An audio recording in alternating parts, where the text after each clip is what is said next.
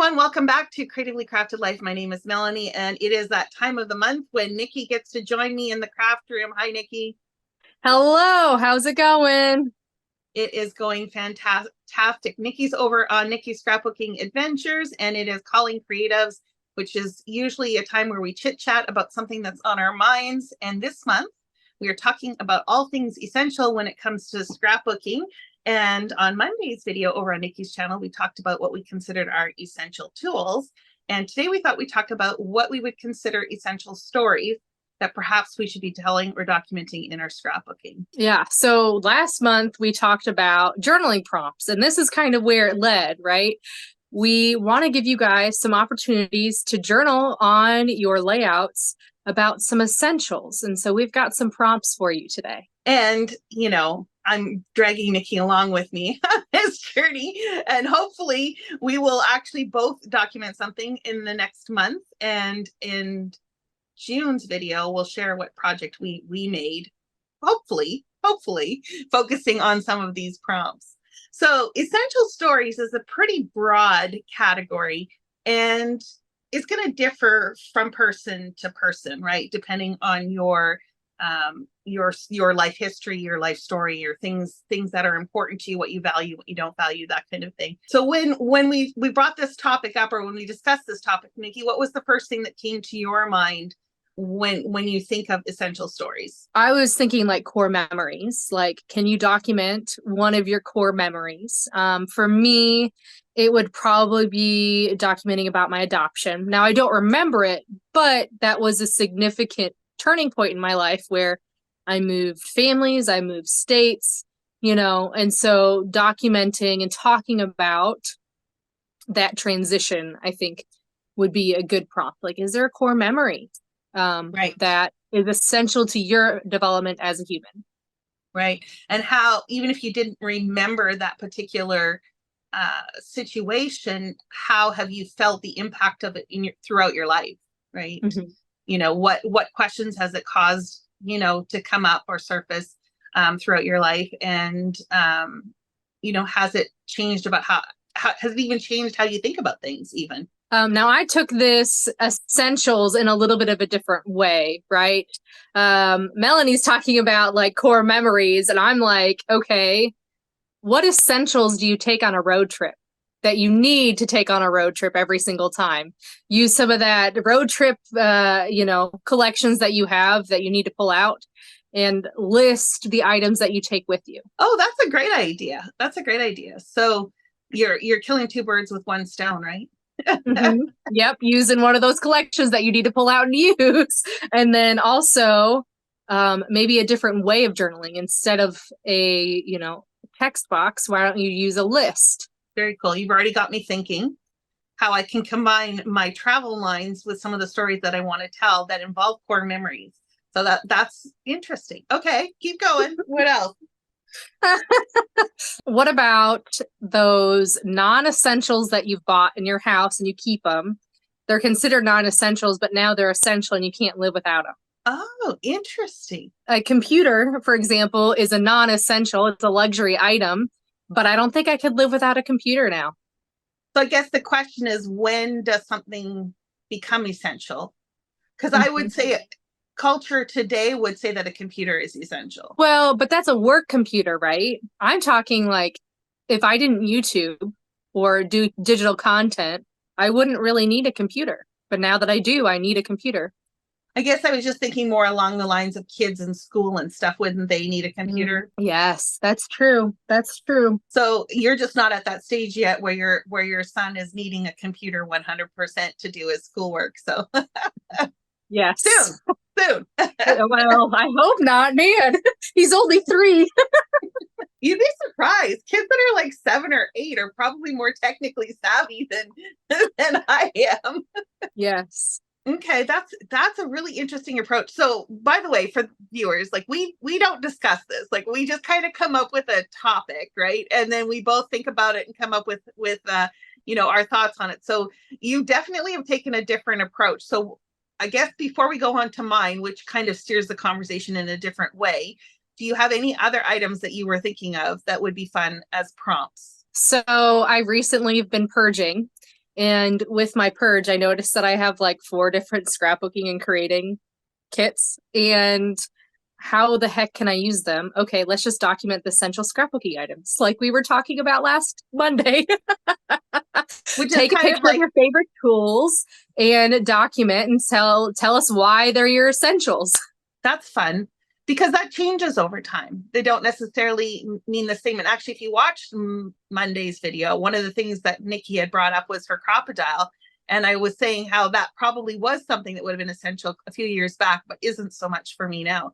So yeah, that would be kind of cool to have a document your scrapbooking journey with the tools that you're using, what's in, what's not, that kind of thing. The same thing would apply for styles, clothing, that kind of thing. What's your go-to wardrobe today versus, in 5 years from now will probably look quite a bit different. Yes. Okay. And then my last item is thinking kitchen. What are your staple foods and essentials that you keep in your kitchen? Okay. And you could extend that out by what are your essential or staple recipes. And that would be a really fun book to do is you actually had an essential recipe book, Yeah, that would be a lot of fun, actually. I don't really cook though, so mine would be pretty boring. I cook, but like, I don't think I'm a good cook. So I don't know that I would go to a full album, but I could say, I need to have chicken bouillon because Right. I feel like I'm always needing chicken broth. You need cheese because I'm from Wisconsin. You need to have cheese and you need to have like 3 kinds of cheese. That is an essential. You need to have bread. Clearly, I don't cook very well, right? I hear you. A lot of those are on my essential list too. It's the same with I have a lot of stuff that goes in the freezer or is canned because you never know. Fresh can go bad, so you never know what's going to happen in my life. But yeah, I need to have my chicken patties in the freezer at all times. There you go. Or what's your essential go-to meal when you're stressed, right? What are those kind of things? That's a really interesting approach. So for those of you that are listening, can you list some ideas of essential things that are in your life today that would be kind of fun to document? It would be interesting to see what else other people come up with as far as the essentials in 2024. Yes. So Melanie, I feel like I railroaded your thing into a different direction. What were you thinking about essentials? So I was thinking more along the lines of essential stories, like stories that you need to tell or that you feel compelled to tell, as opposed to documenting things that are essential. Neither it's so interesting to think how different minds work. Clearly I am on this kind of kick where I'm thinking and reflecting back on my past. We've talked about this before. And so it only makes sense that I land more in that direction, whereas you really aren't in that phase of your life. So yeah, it's interesting. So I did kind of do some brainstorming stemming from that last conversation. And I had mentioned at that time, it would be kind of fun to like have a timeline and to document stories of pivotal moments in your life. And I think I'm going to do a journal or a mini album on this. And I'm going to call it my Robert Frost journal. What? So you got to tell me this reference. I don't get it. Okay. So Robert Frost has a poem called The Road Not Taken. And it's really about, reaching a point in your life where you have 2 branches in the road. And you can take the road that looks very, nice and neat and tailored. And then there's the road that is very overgrown. And, which path are you going to choose? And so I was thinking, if I go back through the history of my life, there are certain moments where you're faced with a decision, and the decision you made has led you in very different directions that if you think back, if I'd chosen the other direction, I probably would have ended up in a very different spot. And so I think that would be really fun to explore some of those decision points to see where you ended up and how you ended up where you are. And there's certain things that you can document under there. For instance, just the career path or specific jobs that you've chosen. How has that led you to to where you are today? You know, why did you choose them? Why did you change jobs or careers, you know, path, that kind of thing?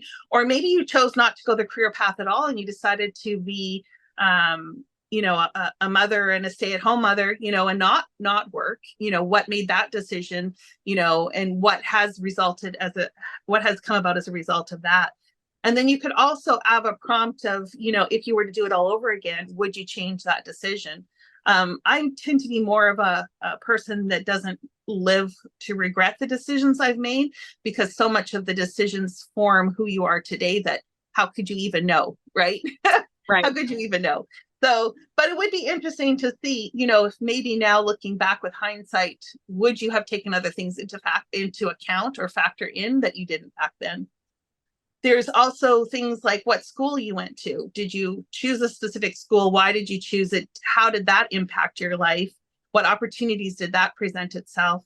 Or even trips, you know, if you did some travel, did any of those trips have a profound impact on your life or open your eyes to new opportunities, or even just the way other people live in a way that then changed how you interacted with people going forward? Different relationships, they start and end throughout your life, you know, and some last your whole life. So, you know, this would be a really interesting avenue to explore, is why did some start and end, you know, or why did some end, and, you know, what triggered some that started? You know, if you're married, what was the deciding point of you knowing, like, how did you know this was the one for you? You know, what decisions, you know, led up to that? And, you know, if you think back through your dating history, you know, if you hadn't done X, would you have met this person? I think that would be kind of fun to explore. And You're then going there's to just have a big album. These are like could, right? talking points. Are you thinking about putting all of these into one album? Well, I mean, this is still, you know, in its conceptual phase. I don't know that I have every single one of these talking points relevant to me. I just am saying these are things that could be relevant for people. For instance, I'm not married, but I could talk about why I'm not married, you know, as part of that. There were certain decisions I made throughout my life that have led me to that position. And I think it would be interesting to explore that. And also, I think it would be interesting for someone else to read later on, you know, to see who I am as an individual, right? All of these stories would give a very good picture of who you were as a person, not just the person they thought they knew, but, you know, the person that you are or you feel on the inside. There's also key moments like moving out of your parents' home. You know, when did that happen? You know, what was your first home look like? What did it look like? How did you afford it? Did you have roommates? All that kind of thing. And then the other one I thought would be really interesting, maybe not so much for the younger scrapbookers out there, but for some of us, like, how has technology changed from when you were young all the way through to now? And what did that look like, and how did that impact your life? I think that would be really quite fun to explore as well. So that's my essential stories, calling it the Robert Frost Journal. I might even type out his poem and put it kind of as an intro to the book. I thought that would be kind of fun. I'm not sure how I would do the timeline. I'm thinking it almost like a table of contents kind of timeline. Visually, I would love to do something similar to what you did in, I think, your son's album, where you had that graphic.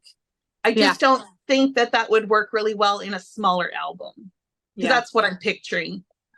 Yeah, so I did something similar. It was my All About Me, and that's a playlist that's on my YouTube channel. And I had 3 notebooks. So I had past, present, and future. So my past is talking about the key individuals in my life, maybe some key events that happened. Present is like how I became who I am today. And then future is what do I hope for my future? Now, since that, I have not touched the album because it is buried up on the top shelf, and I cannot reach it right now. But I'd like to get back into it. I need to finish that. It's an important document that if they keep anything, I want them to keep that. Right. Well, maybe this will be your challenge for next month. You can dig it out. She's rolling her eyes.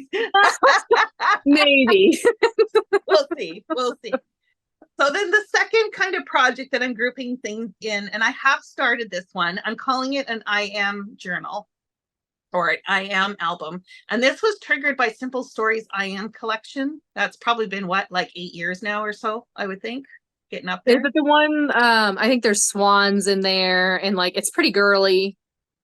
Yeah, and it has a lot of like I am brave, I am creative, Yeah. I am all of that. And they Mhm. actually, it was a really popular line. They actually put out a second version of it.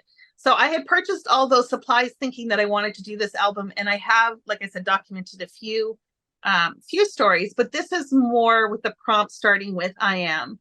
So, Okay. and it could be I am, a daughter. I am adventurous, I think was one of the stories I did. I am an aunt. I did a story about that. So it's really intended to be with that kind of I am, and then this is who I am kind of thing, Mhm. as opposed to events or pivotal moments like the other journal would cover. This is really more about who I am at a core, or relationship wise, who I am and what that role means to me. So for instance, I am an aunt is way more important to me than saying I am a mother, because I'm not a mother, right? But Mhm. what does that, how did I translate that, right? Being a mother was important to me at one point in time. That's not going to happen, but I can be an aunt. And so how does that fit within my original thoughts of what I would be in my life?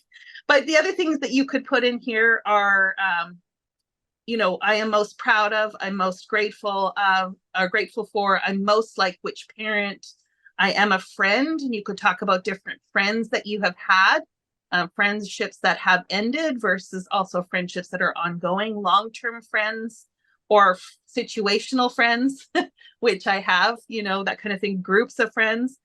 You can spell all of that under that same kind of context. And then the other part, I just have kind of a little bit more ending. I am, and then I put in brackets, what I wish others would see in me.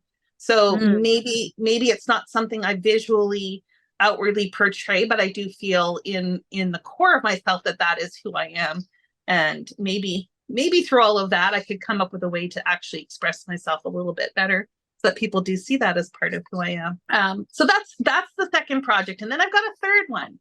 Now this one was interesting. I'm not sure exactly how I would encounter this, but I did some research looking for some prompts on the internet, and I came up across this concept of an ethical will, which I thought was interesting. So the definition, according to this website, and it's everplans.com is where I found it.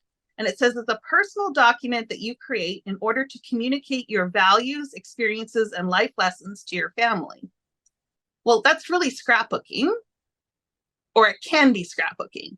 Not all of us necessarily document our values and life lessons with a gear towards the audience being our family, but there's nothing that says you couldn't, translate this in the way that you journal to have your family as basically the intended audience. And so some of the prompts that they had there were cherished memories. So your happiest moments, basically with your family, so that they know, what you cherished and what was valuable to you, so that they understand the significance, importance of who they were in your life. They had a whole section on values and beliefs, documenting forgiveness. Who would you ask forgiveness from versus offer forgiveness to? I thought that one was interesting. Talking about your fundamental beliefs, thoughts on religion and faith, any causes that you have supported, why have you supported them? The prompt of success means ... I thought that one was really interesting. There's the worldly definition of success, but that doesn't necessarily mean that's what you hold to be true. And then, of course, what values you hope to pass on to your loved ones. So that was that section. And then they had the whole life lessons one. And I think you started doing something like this with your son, didn't you? Yeah, so I've got a like a letter to JJ essentially, or a letter to my son, where I just talk about, the life lessons that I've learned, like always park under the street lamp. And I've documented those in 12 by 12 form, and I'll give that to him when he is 18. Yeah, that's awesome. So the prompts they had under this one were: most important thing you learned from a parent or grandparent, most important thing you learned from being a wife, husband, mother, father, etc. Who the most influential people in your life were, what your biggest regret was, hardest decision you've ever made and the most difficult time in your life was, and then where did you find comfort? How did you deal with it? That kind of thing. I thought those were some interesting concepts to think about other than just, common sense kind of life lessons. They also said you would include something like shared wishes for loved ones. So what do you wish for them? What do you hope for them? What are your dreams, aspirations, that kind of thing for them? That would be another cool kind of thing to document. And then they had a whole section on favorite things, which I thought was interesting. So, things like your favorite place, your favorite artist, your favorite books, movies, foods, sports teams, hobbies, quotes. Quotes is interesting because not only could you take the quote and share it, but obviously why it's significant and important to you. That is a big document. They want you to do a will with all that stuff. Like that would take me years. Well, again, it's not that you have to document every one of these items. I think that the thought behind it was these are things you might want to convey to your loved ones, right? And things that they might value once you're gone and they can no longer ask you of those things. Now, I'm a big believer that you should be sharing these things with your loved ones while you're alive, not necessarily wait until at the end of your time here on Earth. But you know how it is, right? Sometimes we don't talk about some of these things or we don't express openly enough how valuable someone is to your life or in what ways that they impacted your life. And I think people would be interested. I know I would be interested, right? Like I would be interested in hearing from my parents, like how did being their firstborn child, like how did that change your life? Like what did it feel like to going from, no kids to a baby, and that I think that would be interesting to see. And what role they played in what role I played in their life, I guess is what I'm trying to say. Yeah, like what it looked like before they had kids. Because my life totally changed once I had kids, Yeah. Not only did the pandemic start right when I had my first son, but trying to go back and now my current son is older. I can't go, play board games every Friday night like I used to in 2019. Right. When everybody was getting together on every single Friday night and going to play board games. Yeah. Yeah. Your life looks different, but you've traded it for something completely different that brings a whole other dimension to your life, right? Now you've got, right? So it's one of those things where you could say, yes, I no longer have this, but look at what else I've gotten in return, right? And really that's what you're hoping. I would think you'd be hoping to convey to your loved ones is this is how important you are to me. Yeah. And then they had a section on traditions, your childhood, adults, that kind of thing. And they can be either traditions that you loved, right, and enjoyed and would miss if you didn't have them, or traditions that you thought were just plain silly, but because your mom made you do them every year, you did them, and it's okay to let them go, right? There's a life lesson in that. And wow, just because you always did it doesn't mean you have to continue to do it. And let's tell everybody that if you did it once like that, it doesn't mean it always has to be like that. Exactly. And then, of course, there's a whole thing that you could write about family. And I think we'll probably talk about family, some prompts later on down the road, about things that you might want to document about that. So I don't know, again, I'm not sure on this part how I would do this. I don't know that I necessarily see this as a separate album per se, but I might be keeping this more in the back of my mind as I'm documenting different events or have different photos that I might just try and incorporate that periodically. Whereas the first two, I really think those would be fun albums to have separate.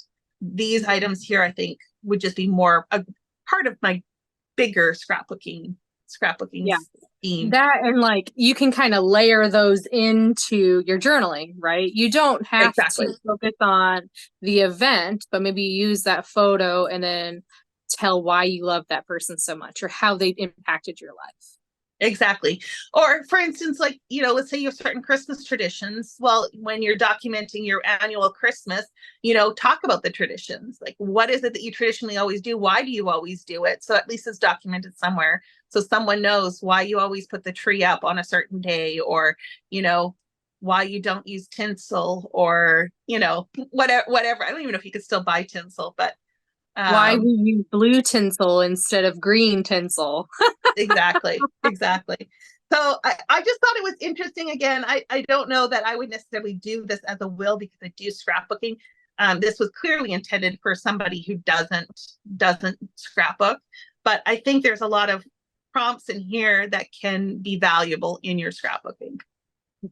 Yep, I agree. I definitely agree. And it can enhance your journaling, right? Correct. Like thinking from a different perspective can enhance it.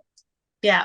So I do have these typed up because I know I went through those really quickly. So what I'm going to do is, over on my Facebook group, I will add the Word document to the file section in my Facebook group.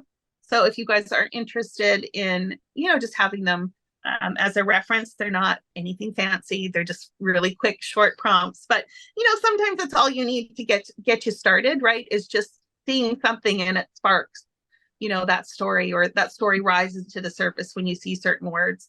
And that's really what I'm hoping for. But I am excited about the pivotal moments book. And you could tell because I brought it up again. We talked about it before. So I think I'm going to at least give a stab at it for next time. It may just be the start of the album with kind of an outline. We'll see. Yeah. You guys have to stay tuned and find out what we talk about in June for the journaling session. Yeah. So have you gotten any ideas of what you want to cover, document for next month? I might go with one of my prompts. We'll see. I don't know, because I am really wanting to use some of these collections that I have hoarded, and it may be one of the 4 scrapbooking things. Maybe I go around in my room and just take pictures of what my room looks like now. We'll see. That'll be fun. Well, and that's really what these prompts are intended to do, is just spark something, right? And they don't have to be hard. What's the right word? Even if it leaves you in a different tangent, that's okay, as long as was sparked by it. That's really what we're hoping for. And I really love the idea of using a travel album or travel collection. I didn't even think about that, and I have so many. So I definitely think I might go through my travel collections. I've got a couple that have an older feel to them. I think one of them is like Transatlantic from Echo Park. Do you know that one? Yep. It's old. It's kind of vintage look. Yeah, it's got a real vintage look to it. It's got like trains and stuff, which I love the imagery of it. I don't know when I would ever use it. So this might be a perfect one to document a journey, right? My life journey, if you will. Yeah, good idea. So add my prompts onto your little document, please, so they can have those too. I will do that. For sure. And I think that is all I had for today. We'd love to hear from you below if you've got any other spin-offs from any of the prompts that we suggested, or if you've got anything that piques your interest that you think you're going to play along with. We'd love to hear. And thank you so much, Nikki, for hanging out with me. Yep. And we'll talk to you guys all next time.